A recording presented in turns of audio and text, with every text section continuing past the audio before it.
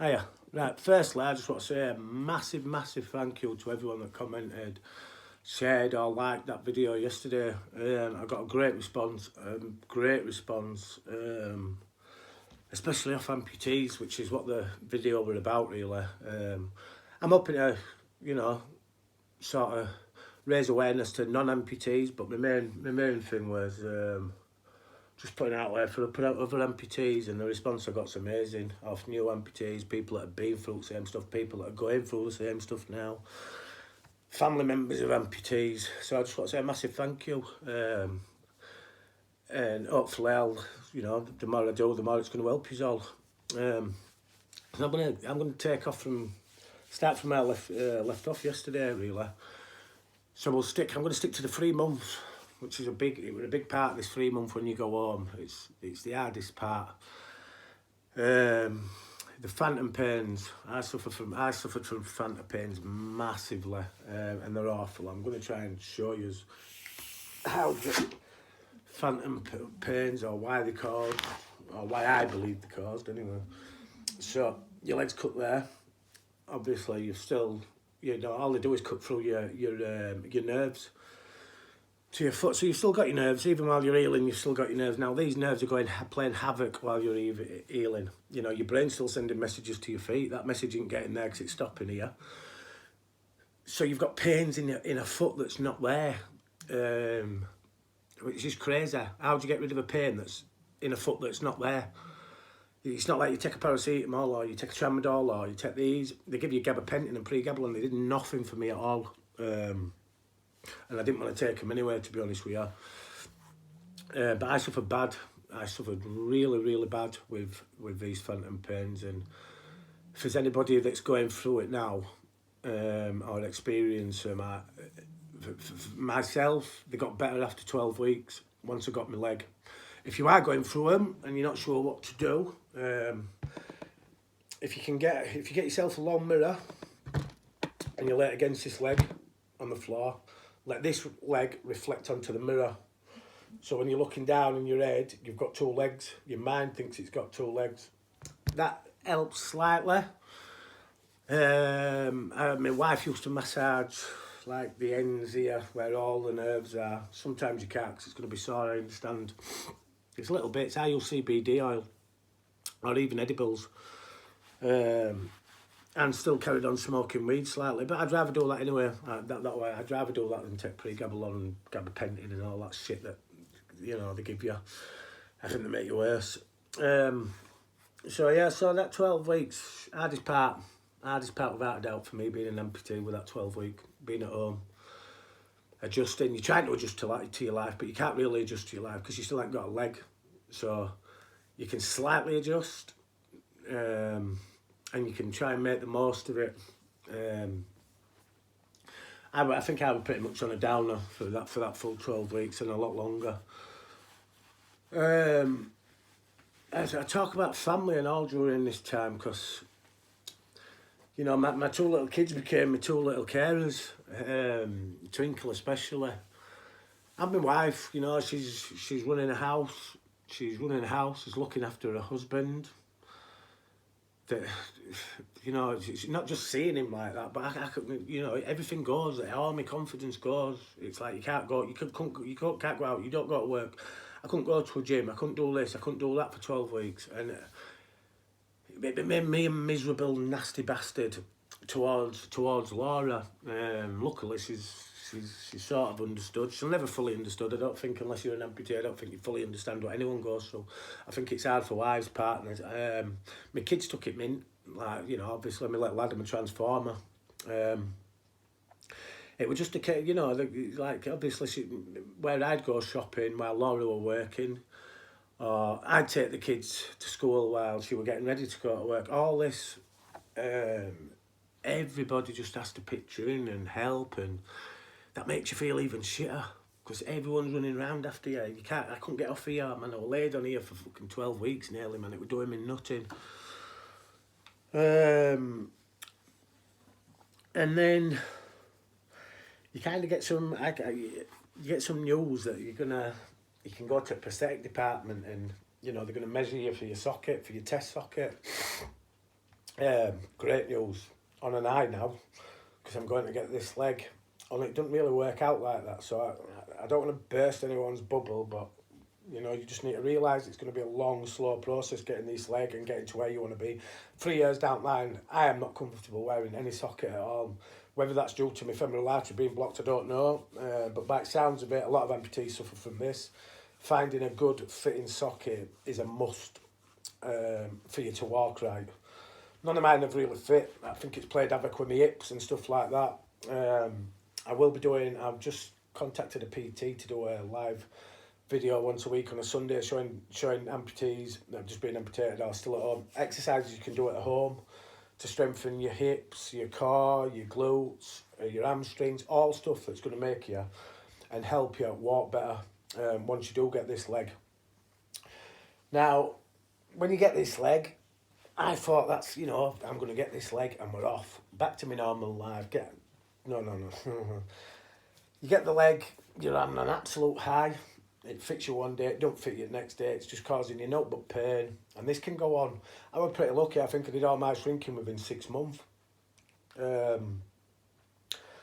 lot of amputees, you know, you could be looking at 2 years, some of them, before they get a leg. I kept mine on constantly from when I got up in the morning to when I got up when I went to bed. It hurt, but it compresses your stump and it helps it shape it, and that helped. You know, getting my leg. I don't think I could wait 2 years to get a leg. I'm still pissed off that I can't get one that fits me now properly. So this was a good point. This is what I say. It's ups and downs with this job. It's like you're getting your leg, so you're up, but then after your leg don't fit, so you're back down. So it swings and roundabouts. It's not nice for anyone, you know, concerned or anyone near to me. Like I say, I become a bit, not necessarily nasty. I was pissed off. I was pissed off that this had happened. I was pissed off at life. And I don't know, you know, you just spend days looking around, looking at everyone, trying to be brave as well, you know. Your mum comes up to see you, doesn't matter how much fucking pain you're in. You don't want people seeing you in pain, because then my mum's going to go home. My mum had a bit of a breakdown from this, a bit of a depression and anxiety. Sorry, mum, if you're watching it. But I do think it caused it. She's still suffering from it now. I couldn't imagine seeing one of my kids go through this. So it's damaged my mum a little bit. But you find yourself like, you know, I'd have people ringing up to come up and see me, and I'd be putting it off, or making excuses, pretending I was going out, or pretending I was asleep, or just ignoring the phone call. I didn't want people to see me.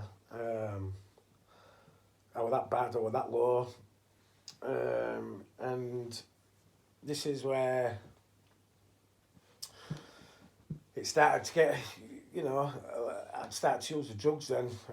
I'm not saying I didn't use drugs before this, so for anyone watching thinking, well, you did all that anyway. Yeah, I did.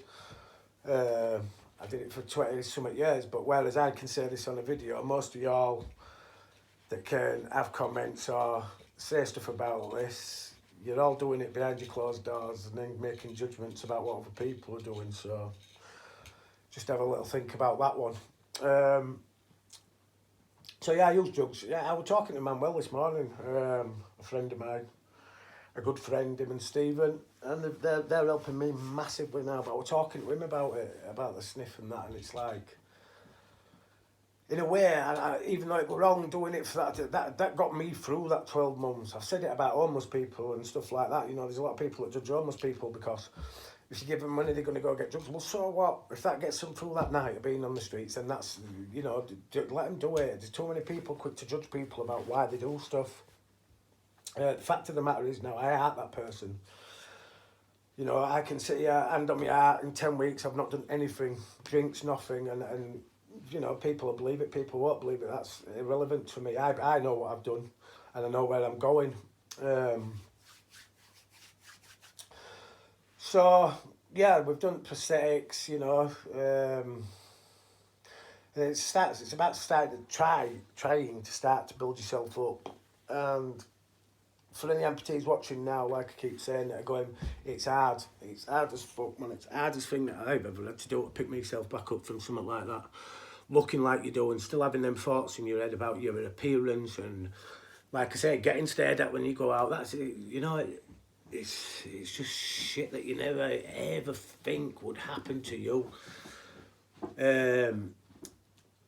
But yeah, so that were, what's that, 2017? So I'm going into 2018, start 2018 when I started getting my leg and things started picking a little bit up. I met Manuel, started going to steps a couple of times. This is something that he does at Scammondon. I'll go into that later, you've probably all seen a lot of it anyway. It picked my mood up. I don't think I was ready for him. I don't think I was ready for my mood being picked up at that point, because I went for a couple of weeks and then probably ended up getting fucking on it one weekend, throwing me off. Went on a bit of a downer again during that time. Not constantly down, you know. There'll be days when you're up, there'll be days when you think you can do this. You know, as you see on social media, throughout my journey, I'll go through posting loads of stuff and then boom, there'll be just a gap of maybe a week, maybe a month, maybe 6 weeks when nothing goes on. And that's the times when I didn't feel confident enough about putting stuff on there or wanting people to see how it would affect me. But there's a big misjudgment about amputees, that you see an amputee walking about in the street, you see them going to the gym, you see them running, climbing, hiking, biking, getting on with their life. But trust me, it's not like that all the time. That's them they're either being brave or they're pushing past the pain and they're wanting to do something better. But it ain't like that. That's not life as an amputee. Life as an amputee is getting up first thing in the morning. I get up first thing in the morning. Laura, I get up at about 6 o'clock, 5 o'clock. Laura likes to sleep till 8. But first thing I'd have to do is put this on. So while she's still asleep, you put this on. It makes quite a noise. Then you have to put that into there. It goes. She's fucking umming and ahhing about it all. And then so then you're downstairs, you make the brew, you know. I can't get dressed when I've got my leg on. It's like I say, you're not standing up to get dressed anymore. You can't stand up and put your fucking undies on.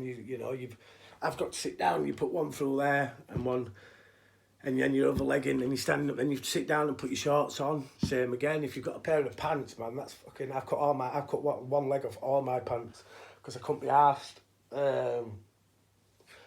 I needed another shower by the time I got my pants on. I was sweating that much.